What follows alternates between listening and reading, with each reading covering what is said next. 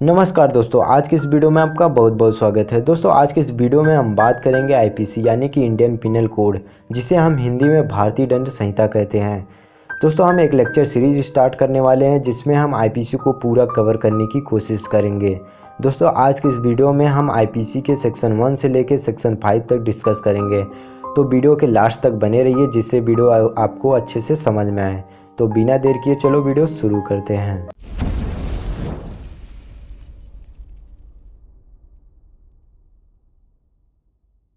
दोस्तों आईपीसी को भारत की सबसे बड़ी विधि मानी जाती है। आईपीसी 1860 में बनके तैयार हो गया था और 1862 में पूरी तरह भारत में लागू कर दिया गया था। आईपीसी में कुल 511 धाराएं हैं और 23 चैप्टर हैं।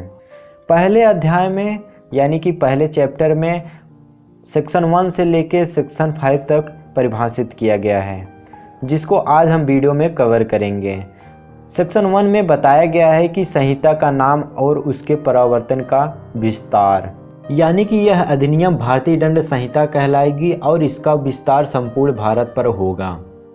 लेकिन यह बात आपको ध्यान में रखना है कि पहले ऐसी परिभाषा नहीं थी। जब आर्टिकल 370 नहीं हटाया गया था उसके पहले ऐसी परिभाषा बताई जाती थी कि यह अधिनियम भारतीय दंड संहिता कहलाएगा और इसका विस्तार जम्मू और कश्मीर राज्य के सिवाय संपूर्ण भारत पर लागू होगा। पहले ऐसी परिभाषा दी जाती थी, लेकिन आर्टिकल 370 जब से हटाया गया है तब से इसकी परिभाषा बदल दी गई है। यह संपूर्ण भारत पर लागू होगा। दोस्तों आपको यह भी जानना ज़रूरी है कि आईपीसी पहले क्यों नहीं लागू होती थी जम्मू कश्मीर में। क्या कारण था जो कि आईपीसी जम्मू कश्मीर में नहीं लागू होती थी और संपूर्ण भारत पर लागू होती थी। जब हमारा भारत देश आज़ाद हुआ था उसके पहले ही जम्मू और कश्मीर स्वतंत्र रियासती था। उस समय जम्मू कश्मीर में डोगरा राजवंश का शासन था। महाराजा रणवीर सिंह वहाँ के शासक थे, इसलिए वहाँ 1932 में महाराजा के नाम पर रणवीर सिंह यानी कि रणवीर दंड संहिता लागू की गई थी। यह संहिता भारतीय दंड संहिता यानी कि आईपीसी के समान ही थी। जब से आर्टिकल 370 हटाया गया है तब से आईपीसी यानी कि भारतीय दंड संहिता संपूर्ण भारत पर लागू होने लगा है।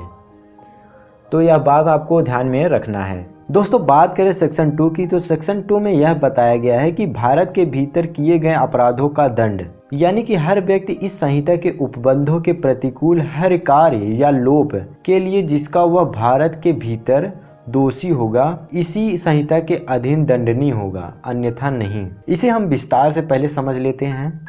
आईपीसी की धारा 2 में बताया गया है कि भारत के भीतर किए गए अपराध भारतीय दंड संहिता के ही हिसाब से दंडित किया जाएगा, चाहे वह कोई भी व्यक्ति हो, चाहे वह किसी भी धर्म या जाति का हो या कोई भी पद धारण करता हो, उसे भारतीय दंड संहिता के ही हिसाब से सज़ा मिलेगी। यदि कोई विदेशी व्यक्ति जो कि दूसरे देश का नागरिक है, यदि भारत में कोई ऐसा काम करता है जो कि भारत में उसे अपराध माना जाता हो, उसे आईपीसी के अकॉर्डिंग ही सज़ा मिलेगी। अपराध भारत के चाहे किसी भी हिस्से में हो, जल या थल किसी भी क्षेत्र में हो या प्रदेश के चाहे जिस क्षेत्र में हो, अगर कोई अपराध होता है तो उसे आईपीसी के अकॉर्डिंग ही सज़ा मिलेगी।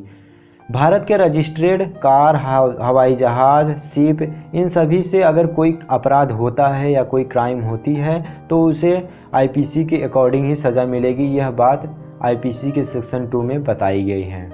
नेक्स्ट पॉइंट की बात करें तो आईपीसी की धारा 2 किन पर नहीं लागू होगी।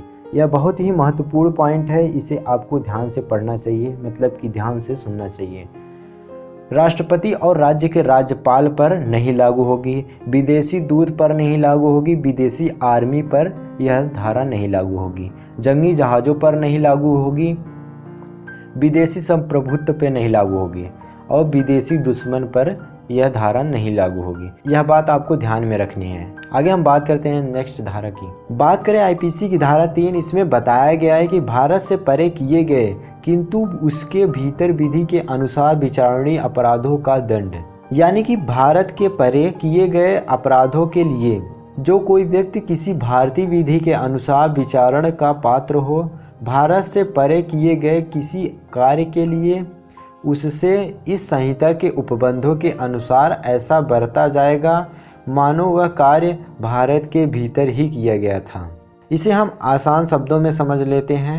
आईपीसी की धारा 3 में यह बताया गया है कि अगर कोई व्यक्ति भारत का नागरिक है और विदेश में जाकर कोई ऐसा काम करता है जो कि भारत में वह काम अपराध माना जाता हो और उस देश में यानी कि जिस देश में वह कार्य किया है उसमें अपराध ना माना जाता हो, लेकिन फिर भी उसे भारतीय दंड संहिता के अकॉर्डिंग उसे सज़ा मिलेगी। बाहर जो अपराध किया गया है यानी कि जो दूसरे देश में अपराध किया गया है उसे ऐसा माना जाएगा कि वह भारत के अंदर ही किया गया है, इसीलिए उसे आईपीसी की धारा 3 के अकॉर्डिंग सज़ा दी जाएगी। बात करते हैं नेक्स्ट पॉइंट की। आईपीसी की धारा 3 का उद्देश्य क्या है? पहला उद्देश्य है कि देश के अंदर व बाहर कानूनी प्रावधान लागू रखना।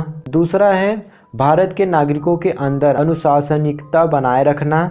तीसरा है अपराधों पर दंड का प्रावधान करना, चाहे वह देश के नागरिकों द्वारा देश के अंदर किया गया हो या बाहर। चौथा है भारतीय आपराधिक कोड का अपने नागरिकों पर नियंत्रण होना। दोस्तों आगे बात करते हैं आईपीसी की धारा 4 के अंतर्गत है।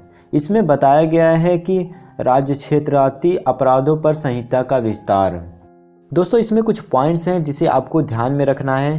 पहले पॉइंट्स में यह बताया गया है कि यदि कोई व्यक्ति यानी कि यदि कोई भारतीय नागरिक विदेश में जाकर रहता है और कुछ ऐसा कार्य करता है जो कि वहाँ पे अपराध ना माना जाता हो, लेकिन भारत में उसे अपराध माना जाता हो, उस कार्य के लिए अपराध माना जाता हो, तो उसे आईपीसी के अकॉर्डिंग अपराधी घोषित किया जाएगा और उसके खिलाफ मुकदमा चलाया जाएगा। तो यह बात आपको ध्यान में रखना है।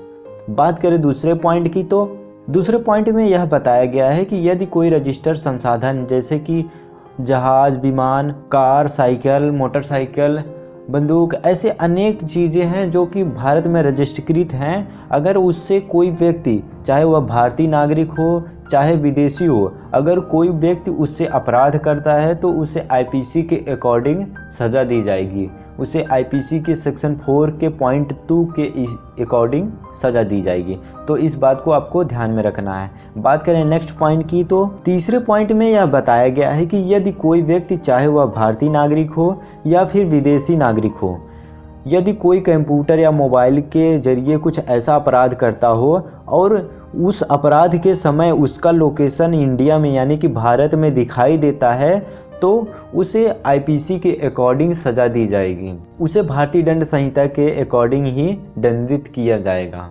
तो यह बात आपको ध्यान में रखना है। चलिए बात करते हैं आईपीसी के सेक्शन 5 की यानी कि आईपीसी की धारा 5 की।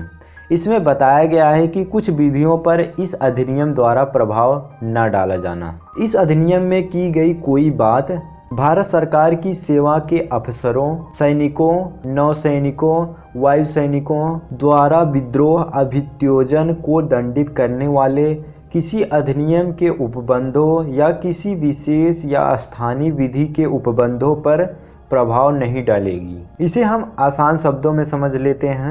आईपीसी के सेक्शन 5 में यह बताया गया है कि अगर कोई भारत का सेवा अधिकारी, सैनिक या कोई आर्मी सैनिकों के बीच में कोई विद्रोह उत्पन्न करता है या युद्ध के समय वह लौट कर चला जाता है, तो उसके लिए अलग से कानून बनाया गया होता है और उनको उसी के हिसाब से सज़ा दी जाती है। उसमें आईपीसी के अकॉर्डिंग सज़ा नहीं दी जाती, उसमें आईपीसी इंटरफेयर नहीं करता है। यह बात आपको ध्यान में रखना है।